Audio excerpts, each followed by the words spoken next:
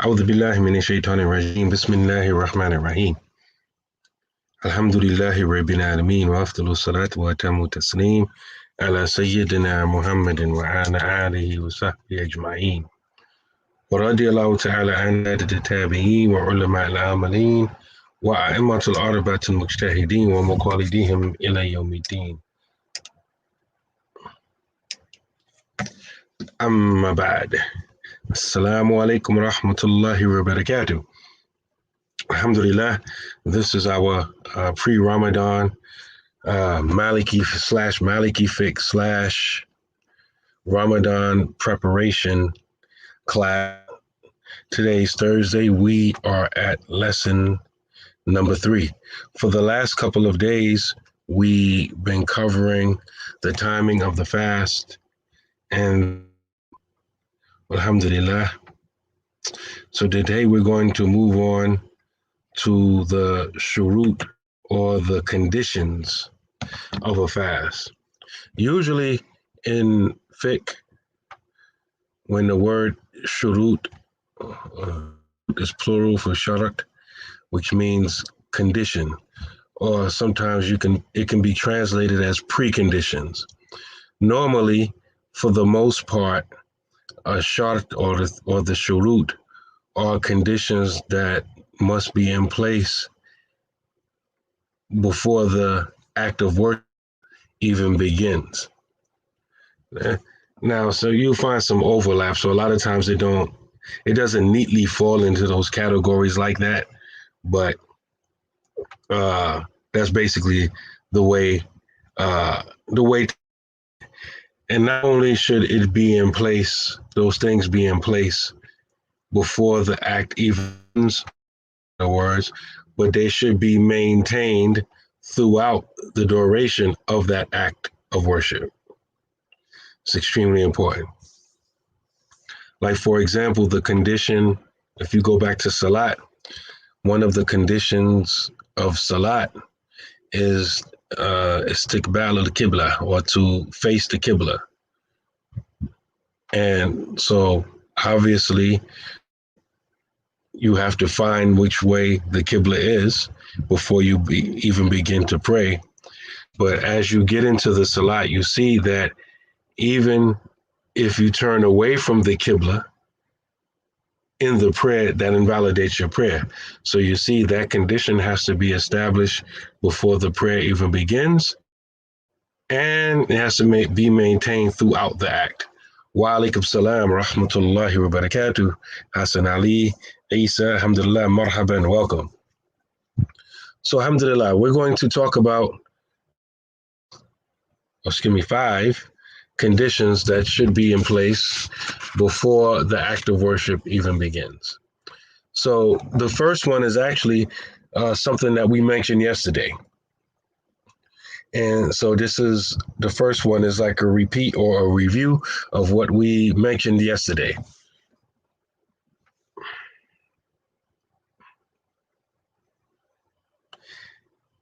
He said, to make the niyyah or the intention before Fajr, it is regardless if the fast is obligatory or optional. One niyyah suffices for all fasts which are consecutive. We talked about this yesterday. I'm just rereading. Like the fast of Ramadan, the fast to expiate a divorce, murder, or a vow that an individual made obligatory upon himself. As for the optional consecutive fast or any customary fast, there is no doubt that one has to make a new intention every night. Alhamdulillah. So we covered all that yesterday. The second condition, from menstrual blood, haid, or post-childbirth bleeding, which is called nifas. If the menstruation or the postnatal blood stops before Fajr, even if it's just a moment before Fajr, then fasting is obligatory upon her that day, even if she has to make ghusl after Fajr. So one of the things or conditions that obligates one to fast during the month of Ramadan is that she be free from these two different types of blood, haid, menstruation, or nifas, which is post natal or post childbirth bleeding. And as he mentioned, and if you have been in our Akhdari class, we spent some time talking about that and of those things. If you're not clear or sure about that, you want to go back to those classes. But as it relates to fasting, you want to, even if she becomes clean, even on an instant before the entrance of the morning prayer, the fast of Ramadan is obligatory upon her for that day. Even if it happens so fast that she doesn't even have a chance to make ghusl before Fajr or Subha comes in, fast is obligatory upon her, even if she has to make her ghusl after uh, after Fajr or after the prayer comes in. And just as a reminder, usually we refer to the morning prayer as Subha. But most of us here in the United States we're familiar with the term for the morning prayer. So that's the second condition. That as far as the third condition, one must refresh the niyat in sequences disturbed, either by sickness, mention, post-childbirth, or anything like that. So what he's saying is, if you go back to condition number one, he already clarified that in our school that it is not necessary to renew or repeat the niyat every single day of the fast of Ramadan, right? One time, once the month has entered, when you make the intention at that time, that's sufficient for the rest of the month. Say, and this is especially relevant for our women, that when that cycle comes in the middle of the month or whatever time during the month of Ramadan, so she stops fasting, right? When the cycle goes off and she resumes fasting, she should also renew her intention, or as it's been translated here, refresh your intention. And it's not only with the woman who is, becoming clean from these types of things and then starts fasting again.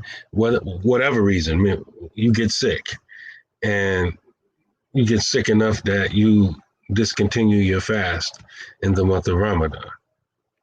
Well, when you get better and you pick up, this applies to you as well. Wa alaikum salam wa rahmatullahi wa barakatuh.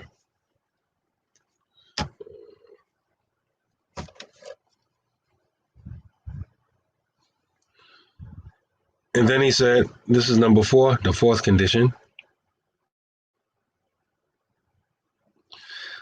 Al-aql, which we translate as sanity. As for the person who lacks sanity, like a crazy person, the word in Arabic is majnoon, or an unconscious person, the fast is not binding upon him while in that state. It is wajib for an insane person that when he regains sanity, when he regains his intellect, he makes up the fast that he missed while in the state of insanity. Likewise, for an unconscious person when he recovers, even if it is after many years. So if a person, for whatever reason, loses his mind, loses his intellect, he becomes majnoon, or the person loses consciousness for a long time, like a coma or something like that, and then he regains his intellect and he regains his consciousness, then he has to make up those fasts. And the term for it is qada. It's the same word that's used, and we're going to go in detail with these words because two different concepts I'm going to get into probably on Monday, called qada and kafara. So he has to make up those missed fasts that he missed because of his loss of his intellect. And number 5, to avoid sexual intercourse, eating and drinking. It's called imsak, or doing without, right? Whoever does any of these acts during the daytime in Ramadan intentionally, amidan, without an explanation and not out of ignorance, he has to make up the fast and do kafara. To make up the fast, we translate, is how we translate qada, and kafara is expiation. Oh.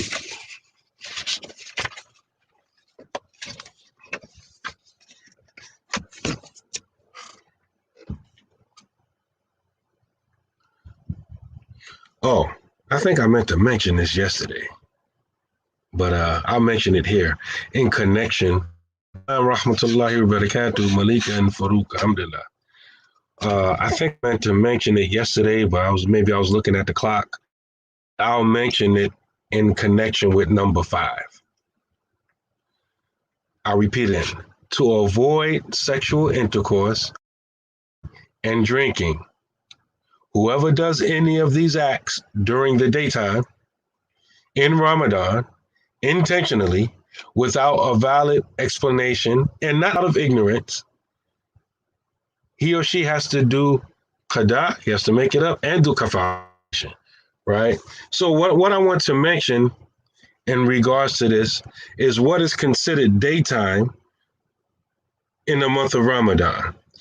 And some of you might be saying, like, why are you going to explain on it? It's obvious. No, my experience told me that a lot of people do not know what I'm about to say. Wa alaikum salam, rahmatullahi wa barakatuh, Umar. I appreciate you striving for this deen, Sheikh. Keep up the good work. Jazak. I appreciate that. Alhamdulillah. And may Allah reward you as well. Alhamdulillah.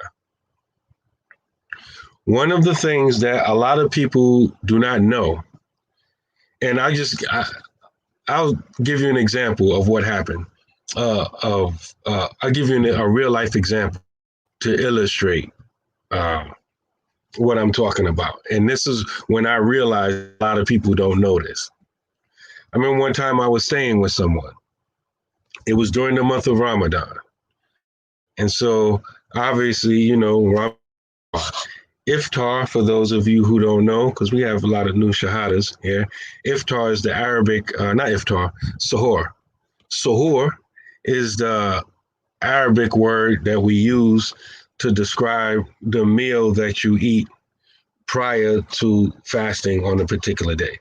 And iftar is the Arabic word we use to describe what you break your fast, what you end your fast with at the end of the day or when Maghrib comes in, right? So, and we're going to talk about this a little bit more in detail, but it's recommended to delay eating the suhoor as close as possible until when subah or fajr comes in, right? When subah or fajr comes in, right, it's still relatively dark outside, right? It's not light. A picture. I know a lot of you know this already. Be patient with me, right? It's dark outside when the morning prayer comes in. When it becomes, especially if you've been with us since online Maliki Fiqh classes, you know that when it becomes so light that you can distinguish someone's face, you know that the dururi time, or the second portion of the prayer time, has entered. Right? So, you need to make the prayer. You should have been making it already. So it's still dark for the whole, basically, first time period or first portion of the morning prayer. So I remember, again, I was staying at someone's house. And so I remember I woke up, because it's Ramadan. Eat before subha or fajr comes in, the morning prayer comes in. You're supposed to eat before the prayer comes in. That's the part that a lot of people miss, right? Supposed to eat before, not before the prayer go comes in. A lot of people don't understand that. And this story, I'm the first time I realized that, right? So I wake up, I'm not in my own house. I can't roam freely, but I'm like, ain't nobody up? It's weird. It's Ramadan. Nobody cooking nothing. I'm kind of shy. I ain't want to be like, yo, what's up? Yo, wake up, man. I'm hungry, man. Time for sahur. I ain't want to do all that. So I don't remember what I did. Maybe I drank some water for sahur, or maybe I had some dates. I don't remember what I did, but I know I didn't eat a meal, right?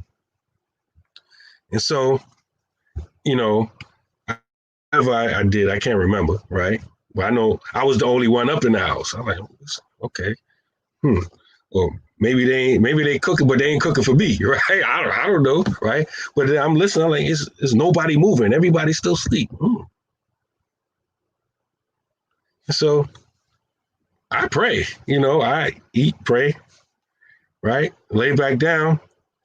Then I remember. I think I may have dozed off. I don't remember exactly how it went. My memory's kind of foggy. This was a long time ago, and I must have dozed off and woke up. And I hear like the house is lively. I'm smelling aroma from food and people moving around. I'm like, wait a minute. I look out the window, it's all bright. I'm like,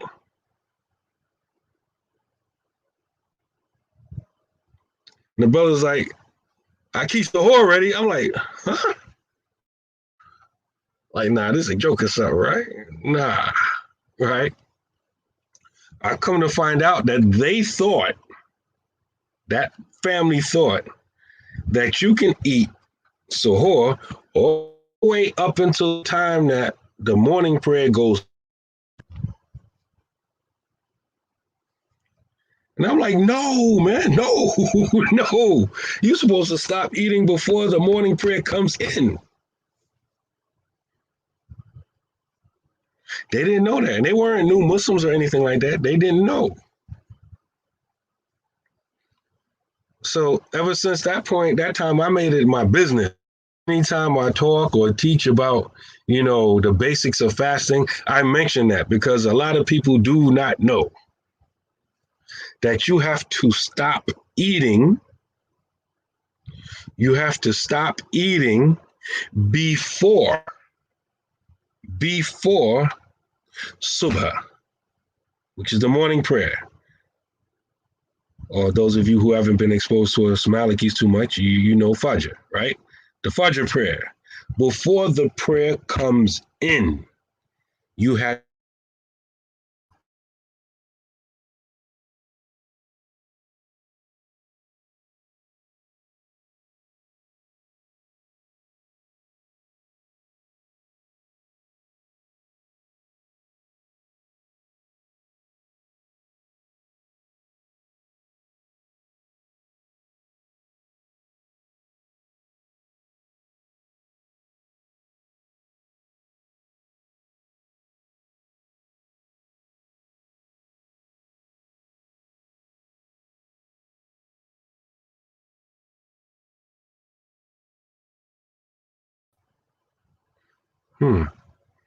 that was strange.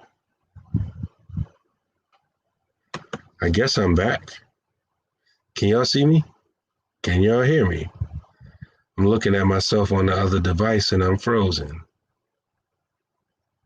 I'm just frozen here. Came back. Alhamdulillah. That's weird. I've been noticing some stuff lately. I got to reset my router or something. This is not the only device I noticed that the internet's been acting funny. Alhamdulillah. Alhamdulillah, good. It came back. I think when I finish this class, I'm going to reset my router or something. Yeah, so I was saying that I learned then, this happened maybe,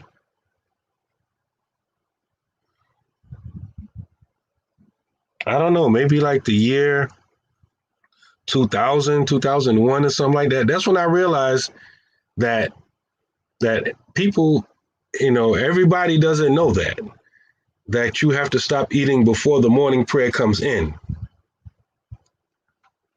You say, I got dial up. Nah, not with all these kids and all these devices. I ain't got no dial up, trust me. Alhamdulillah. Yeah. So, yeah, don't take it for granted. And these people that I was staying with at the time, right? It wasn't like there was new Muslims or just been Muslim 2 or 3 years or 5 years. These people have been Muslim just as long as me or longer. And I'm like, how are you Muslim all this time and don't know that? And it just goes to show that sometimes we think that, people know certain things and people just don't know. It's like, when I used to travel with Imam Saraj, back in the day, he was like one of the most famous speaker on the Islamic Muslims on the speaking circuit. And every time he would speak and the people would introduce him, people be like, alhamdulillah, we have Imam Siraj. He's well known. There's no need for an introduction, right? In every place, there's no need for an introduction. We all know who he is. There's no need to read his bio. There's no need for an introduction. And so I remember one time Imam Siraj says that people keep saying that all the time, that ain't nobody going to know who he is because everybody keeps saying there's no need for an introduction. And so a lot of times,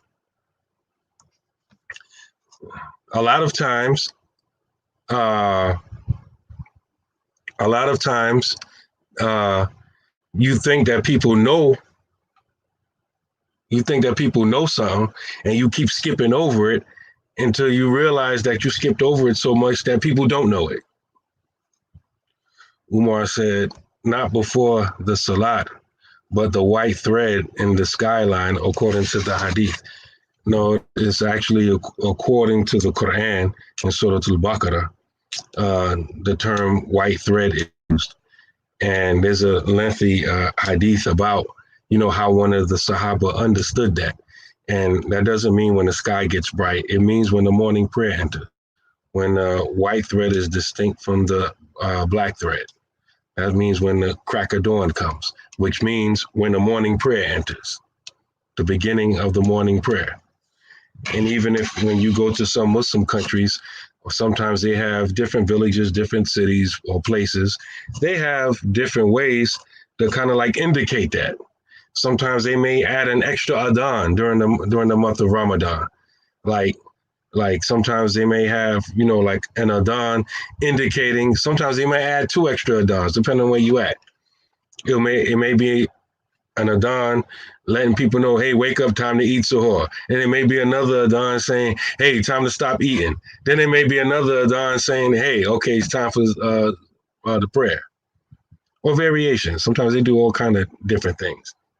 But fiqh-wise, technically speaking, you can keep eating until you hear the adhan for the Fajr prayer, the morning prayer.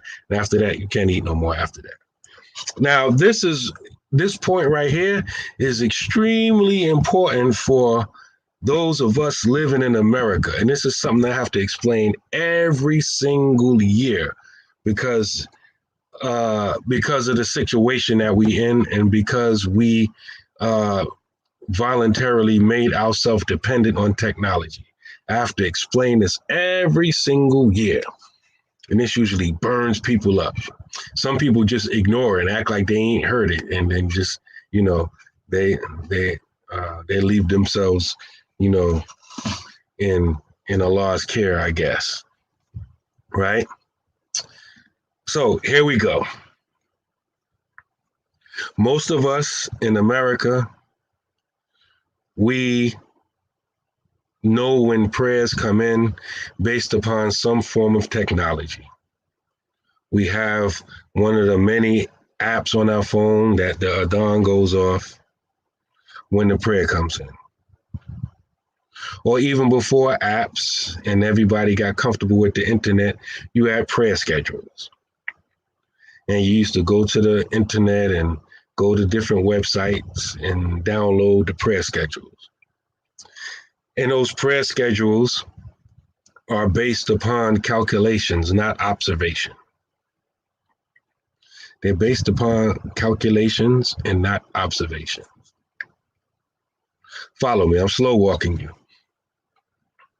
It's not like someone in North America said, hey, I'm going to sit around and watch the prayer times every day. Oh, it comes in. They do it based upon calculations. Go back to what we said in the first class, meaning 2 days ago, when we started talking about the timing of the month of Ramadan. And the Prophet sallallahu alaihi wasallam said, in ummiyatun ummatun ummiyatun, we are an unlettered nation, right? La nahsabu wa la naktabu. We don't calculate and we don't write. I'm not going to explain that hadith again, right? But it doesn't mean the way, it's not literally understood the way most of us translate it, as if the Prophet sallallahu alaihi wasallam is against writing or calculating. It don't mean that.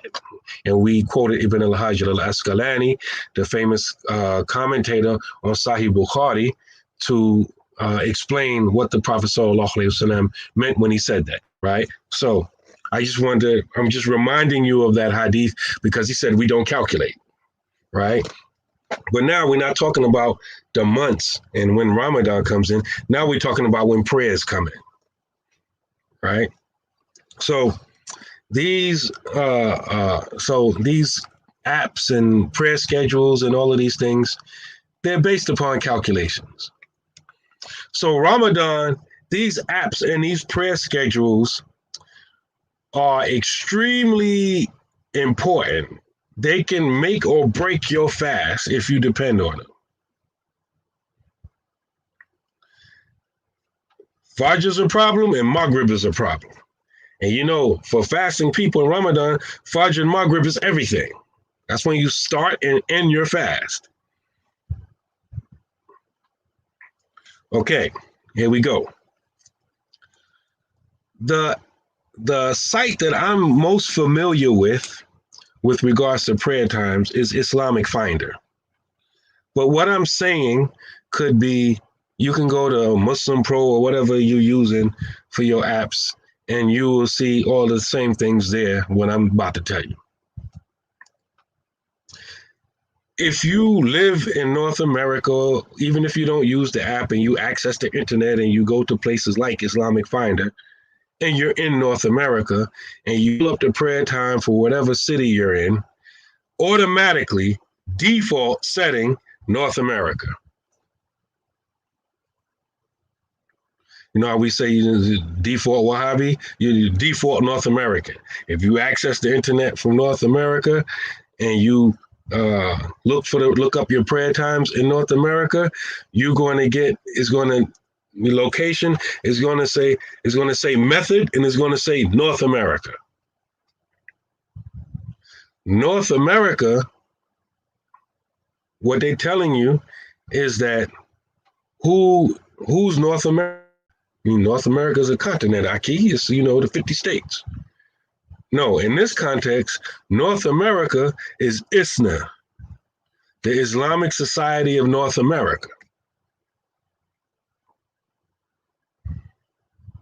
All right, so when you have these apps or you go to the internet and you go to any site that deals with prayer times and you try to get the prayer time to your city, before you adjust or change anything, the default setting is North America, i.e. the Islamic Society of North America, known as ISNA. Okay, so those people who build those apps and those platforms and these things, they're relying upon the information given to them by ISNA. And their scholarly body is the Fiqh Council of North America. Need to look that up and see who's on that council now. It'll be interesting. Anyway, so for the Fajr, or the morning prayer, they have a calculation which says that when Fajr comes in, that the sun is 15 degrees below the horizon. The sun is 15 degrees below the horizon according to ISNA.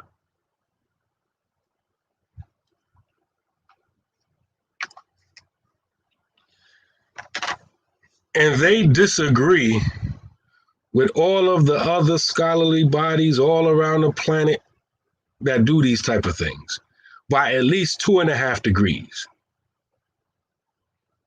average of 3. Matter of fact, let me see if I can pull this up on my phone. Like I said, I use Islamic Finder.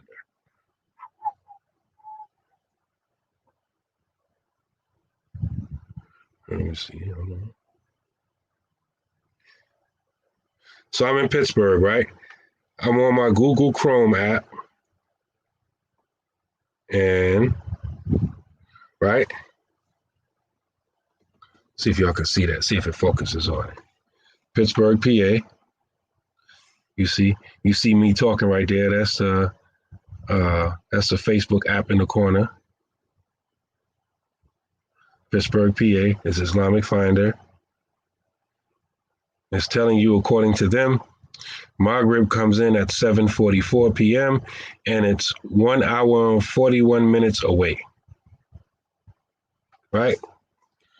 Now, if you looked at the bottom, wait a minute, under that, it says Islamic Society of North America. Then it says change. Right? So if I click change, it even says it right here. I'm gonna put the phone back up there. Right? It says Fajr, 15 degrees. They're telling you their calculation methodology. Fajr, 15 degrees. Right? So now I'm going to change it. It says change. And so you see at the top, it says calculation method. Fajr angle, right? You see default, Islamic Society of North America. And then when I click on it, it gives me all of these other options to use.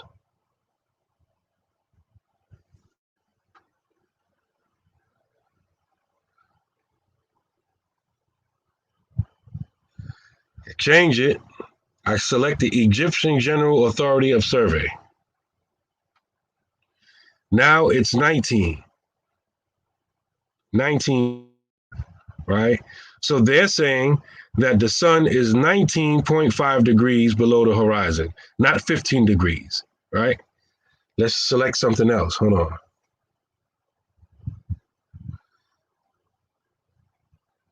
The University of Islamic Karachi. I select that. Fajr angle, 18 degrees, right? So they're saying the sun is 18 degrees below the horizon. And if I keep selecting, right, let's see, Qara, right? I think that's Saudi, right? 18.5 degrees, right?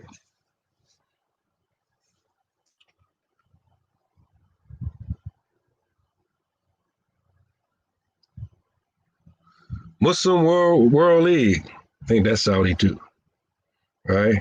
18 degrees.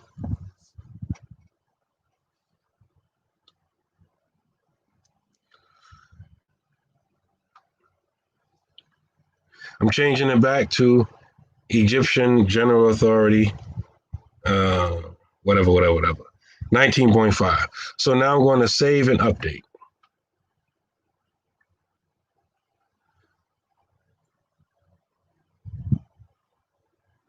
So now I moved it over, and you see It says Egyptian General Authority of Survey, 19.5 degrees. And look at the time for Fajr for today. It says 5:22. 5:22 it comes in. I'm slow walking, y'all, so y'all can understand what's going on. Now, I'm going to change it back to the default setting, 5:22. Remember time for Fajr, right? 5:22. Default North America. Where you at? 15 degrees. Save and update.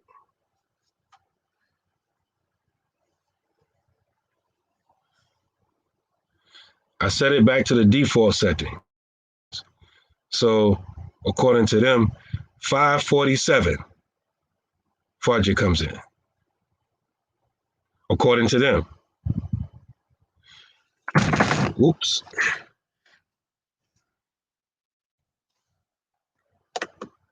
So, I'm slow walking y'all just to show you. So, if this was Ramadan, right? If today was Ramadan and you had your phone on a default setting, you're going to stop eating no later than 5:47, right?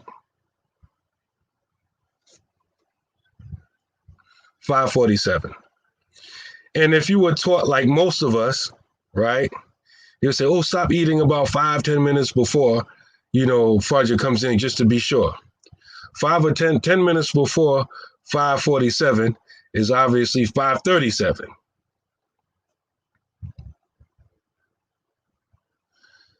Whereas if we had chosen the Egyptian authorities thing, it would have been 5:22, right? So what's the point? If you go out and actually observe for yourself, you're going to find that the truth is more closer to what everybody else is saying than what ISNA is saying. So what does that mean in regular plain English? That ISNA is saying that the Fajr comes in when the sun is a little bit more closer to the horizon. It's a little bit more higher than everyone else is saying it is. So what does that mean for us? It means that outside of Ramadan, if you follow them, and let's say you made the prayer exactly when they said it comes in, right? 5:47, right? You set your alarm to wake you up at 5:40. You use the bathroom, made wudu, and then you were ready to pray. 5:46 and 59 seconds, 5:47, and you started praying outside of Ramadan. That's cool, no problem. It's inside the time for Fajr. What's the big deal? Okay, now it's Ramadan now. You have to pray before the time prayer. You have to eat, slip of the tongue. You have to eat before the prayer comes in. And then you have to pray. So even if you're trying to play it safe and you stop eating a few minutes before the time they say it comes in, you still could be eating inside of the time for Fajr.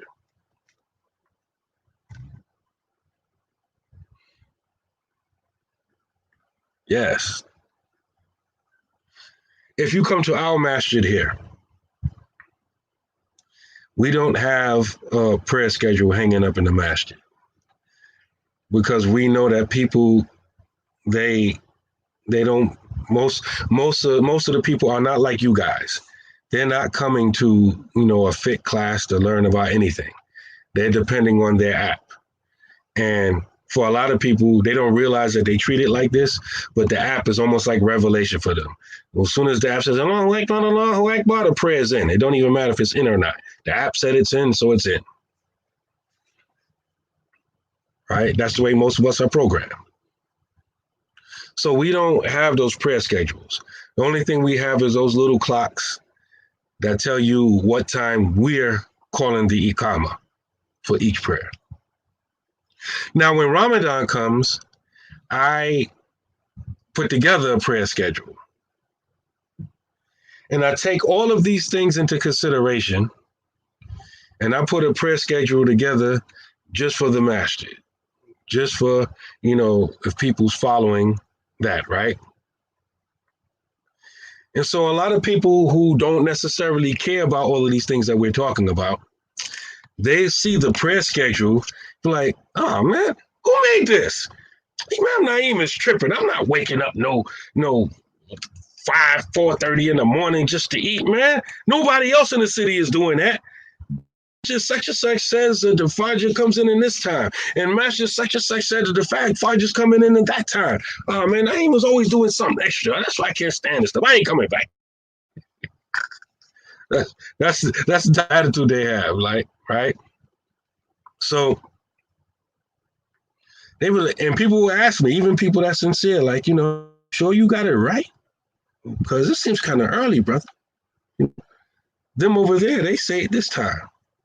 And I will explain it to them, like just the same way I explain it to you, and I try to slow walk it every time. And I usually get this blank look on their face like, okay. Inshallah. Right? I get those kind of looks. Okay, what you're saying, it seems to make sense, but why are you the only one doing it?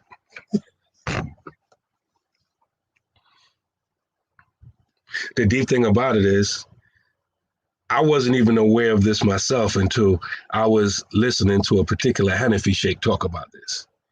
And I said, And I went to research on myself. I was like, subhanallah, whoa.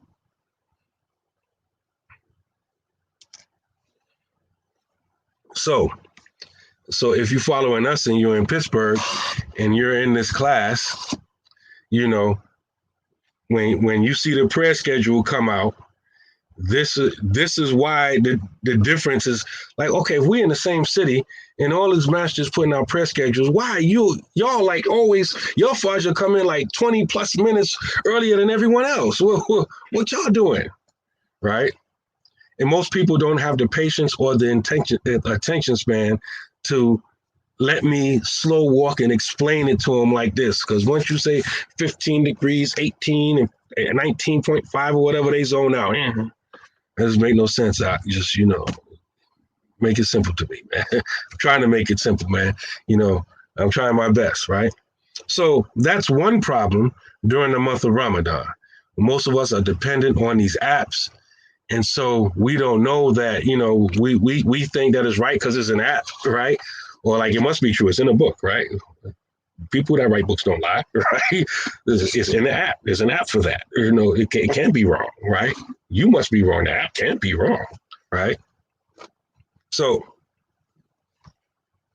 now what's the next problem? The next problem is Maghrib. I'll tell you another story to drive home the point. And this happened in Philadelphia.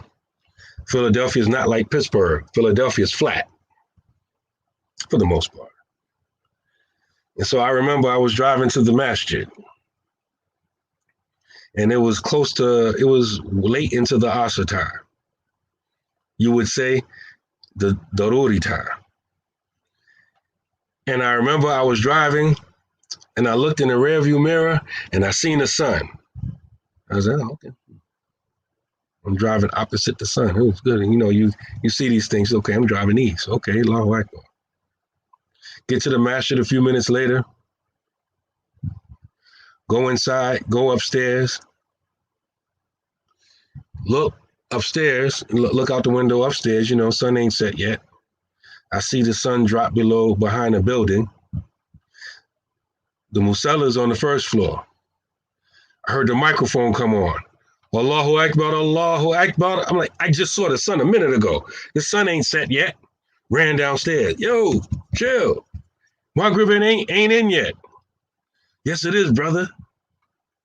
No, it ain't. We upstairs. We saw, we got clear shot. It would just disappear behind the building, the sun. No, brother. We have the prayer schedule right here. The prayer schedule right here. It says the prayer's in. The prayer's in. Look, it says here. Look, time, prayer schedule. Like, key. The prayer don't come in when the prayer schedule says it's in. The prayer, Maghrib comes in when the sun sets. The sun didn't set, right?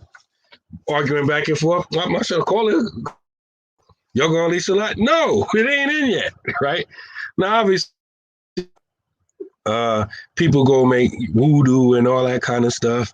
It was being then, but when he was calling the Adhan, wasn't it?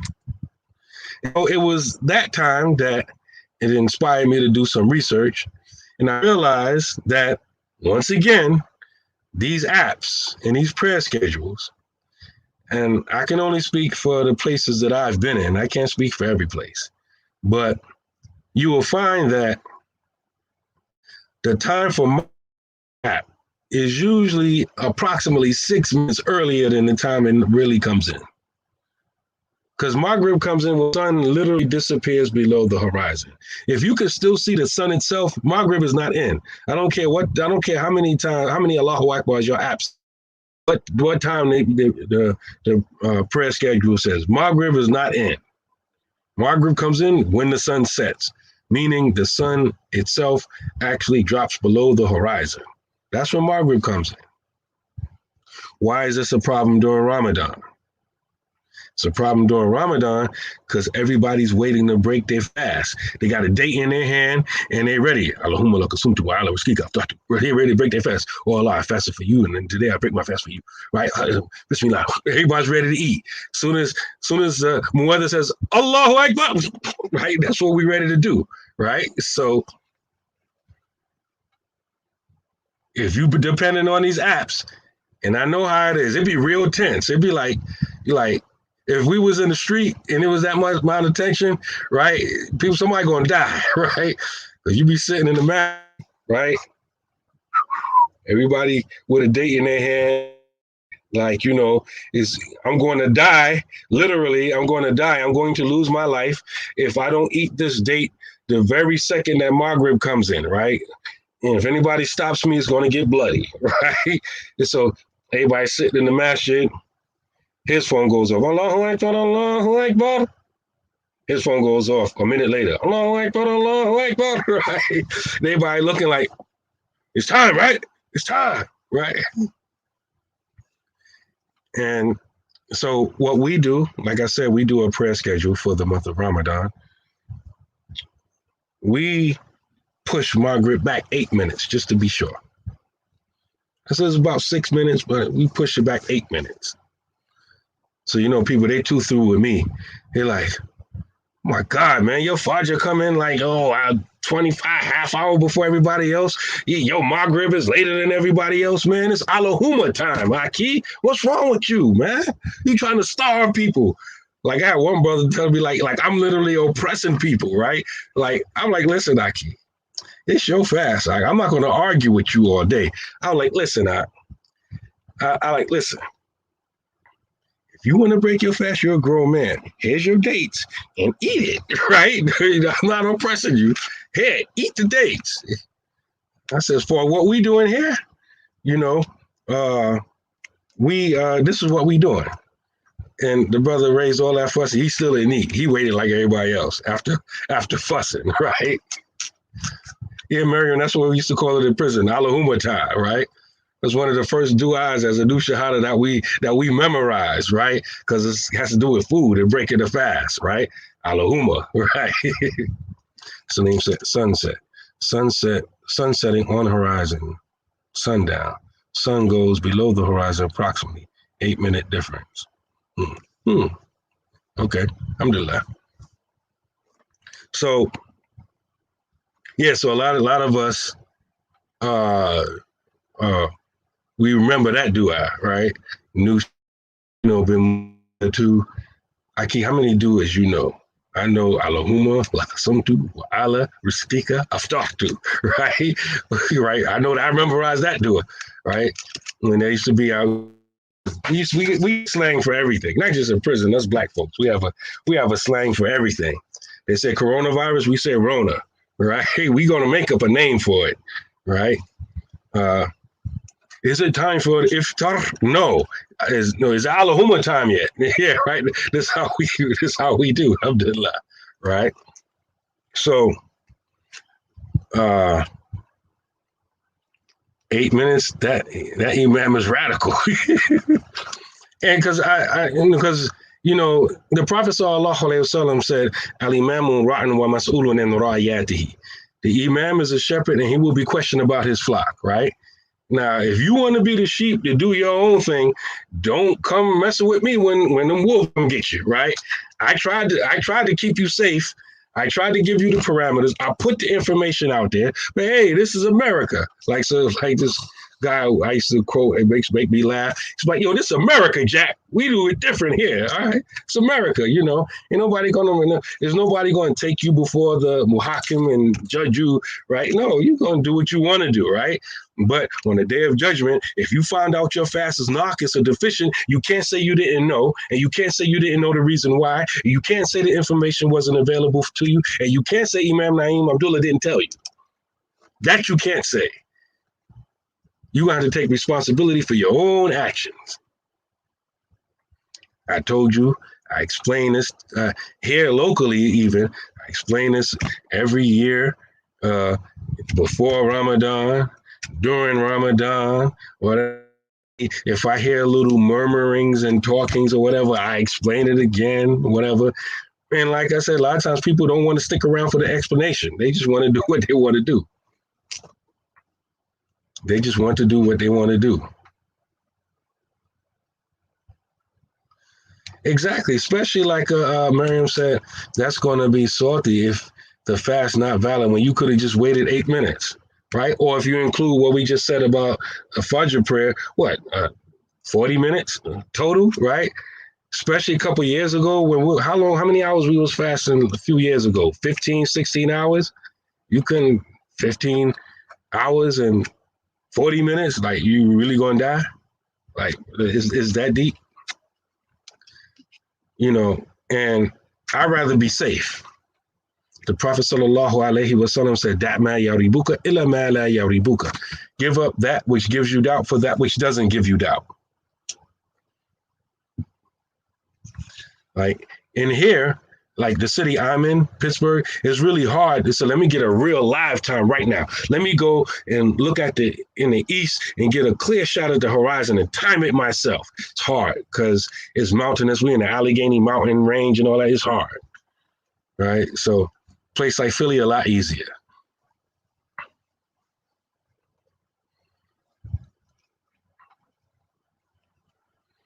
So I rather be safe.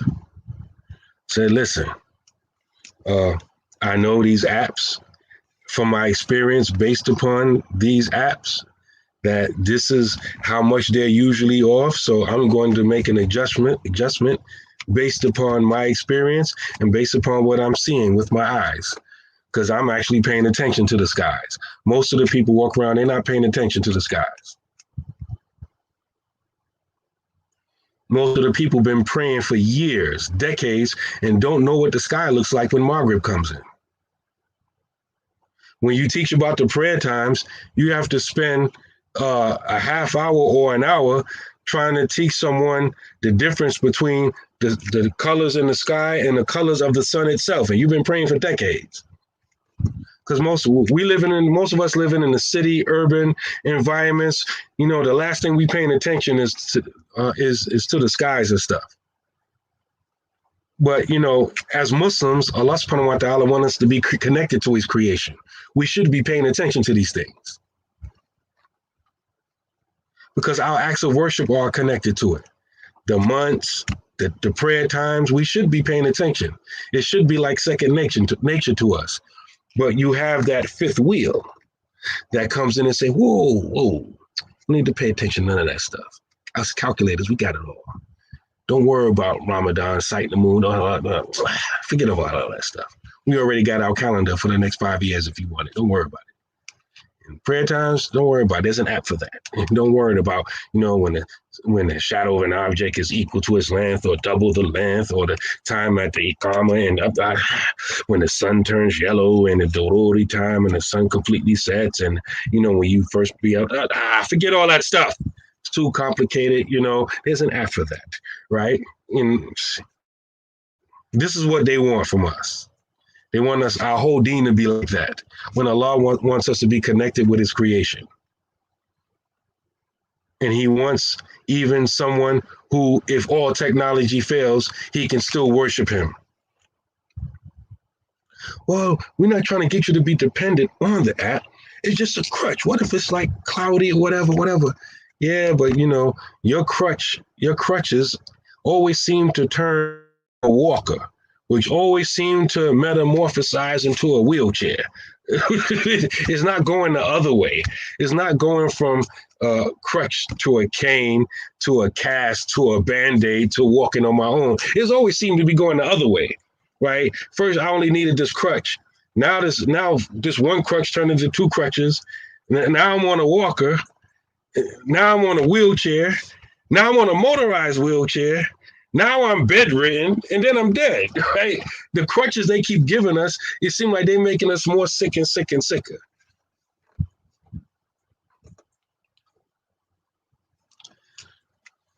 I actually want to get a pole to put in the backyard so I can look at and get used to monitoring the shadow.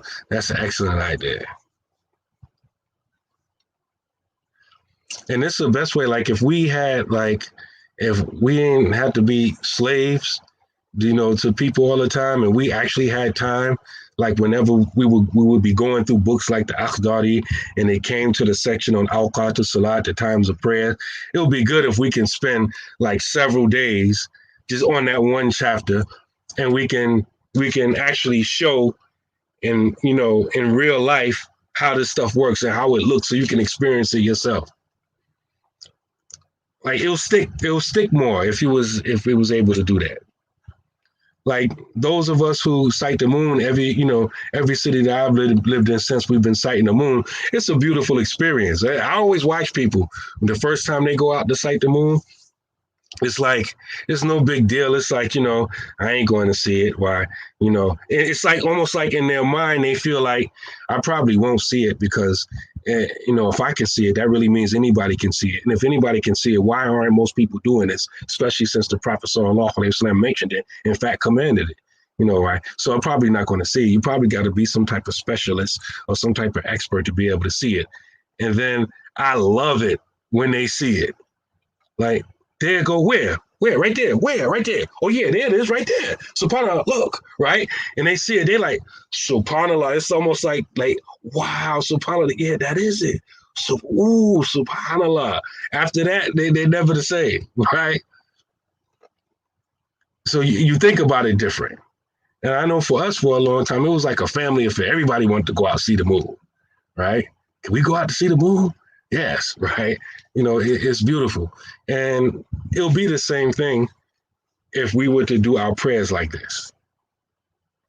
When we teaching about the prayer, that we actually go out and do it, right? We sitting, talking, right? Let's say for Dhuhr time, we go out, we know it's way before Dhuhr, right? Like, which way is east? All right, where the sun at? Okay, it's right there. All right, look at the shadow. See, it's getting smaller, smaller, smaller, right? Right? It'll be beautiful to do that. After experiencing that and going through that, trust me, you won't look at nor will you respect these apps the same way you respect them now. You won't, because you know how to do it. It's the same way when you learn how to make wudu with a teacher. The teacher's not just gonna read this stuff to you. The teacher's gonna let you watch him make wudu. After going through the book with you, okay, now let's do it. He's gonna make wudu. He's gonna let you watch. Then he's gonna say, okay, now you do it. Then he's going to watch you. Then he's gonna see. Remember in the book it said that. Remember we covered that. Now, how did you do it different than the book? And then, so you're gonna, okay, I see. Yeah, okay, yeah. Okay, you're washing your face right now. Is that a sunnah part or is that a fard part? That's a fard part. Yes, okay. When you started washing your hands, was that fard or was that sunnah? That's a sunnah. Okay, all right. It takes on a different meaning when you actually doing it and you see someone else doing it. It'll stick better too.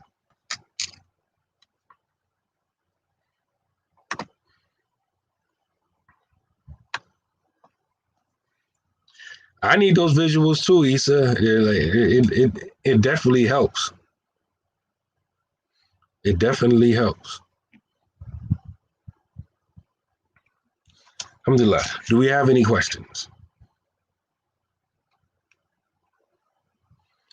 Malika said, I noticed in other countries I visited, they follow the sky. When I come back to America, I hear everybody's phones going off for Salat. Exactly. But even a lot of other Muslim countries, you know, there a lot of times the prayer times in a lot of the masajid is actually kind of like standardized, but it's standardized, but it's based upon the sunnah, like citing. They're not dependent on no app. It's us over here. They got us dependent on apps for everything.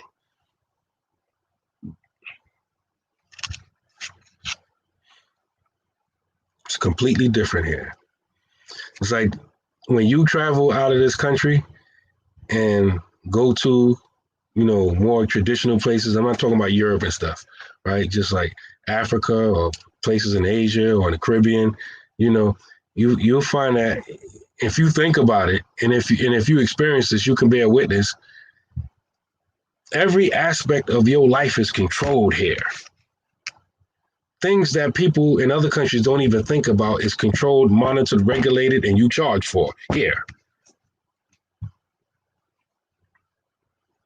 It's like, how they say living in the Matrix? This is the Matrix for real.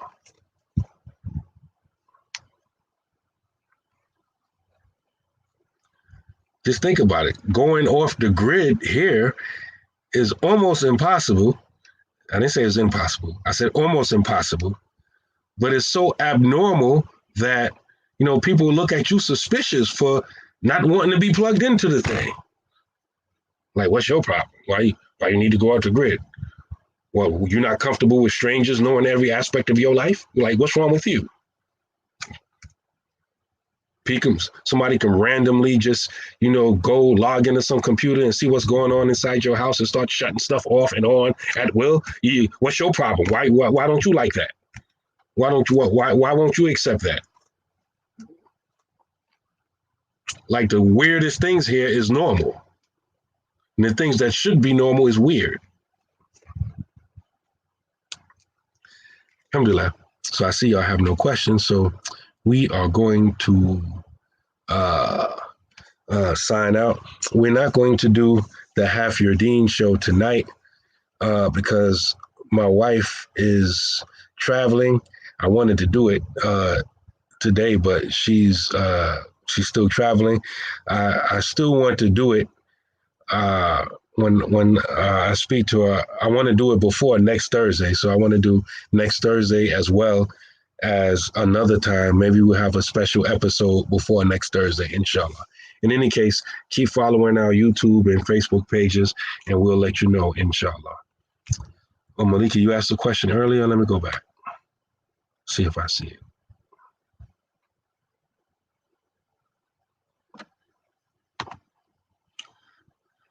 So what's the penalty for eating inside of the Fajr time zone? If it was done by accident, you have to make it up. And then we're going to talk about that. We are going to talk about that. That's definitely part of this class. So hold on tight. I'm really slow walking this class. All of this information, I could have did a long 2-3 hour session and been finished with it. But I wanted to go through it slowly to lead up to Ramadan. And then once Ramadan comes in, we switch to something else. So I'm going slow with this purposely, inshallah. So the first two classes, we dealt with the niyat, the intention, and the timing of the fast. And today we dealt with the conditions of the fast. And so on Monday, when we come back, we're going to deal with the actual fast itself and certain aspects of it and keep going from there, inshallah. Jazakallah khairan. Alhamdulillah. Subhanaka Allahumma wa bihamdika nashhadu an la ilaha illa anta nastaghfiruka wa atubu ilayk wal asr innal insana lafi khusr illa alladhina amanu wa amilu salihati wa tawassaw bil haqqi wa tawassaw bis sabr. Al-Fatiha.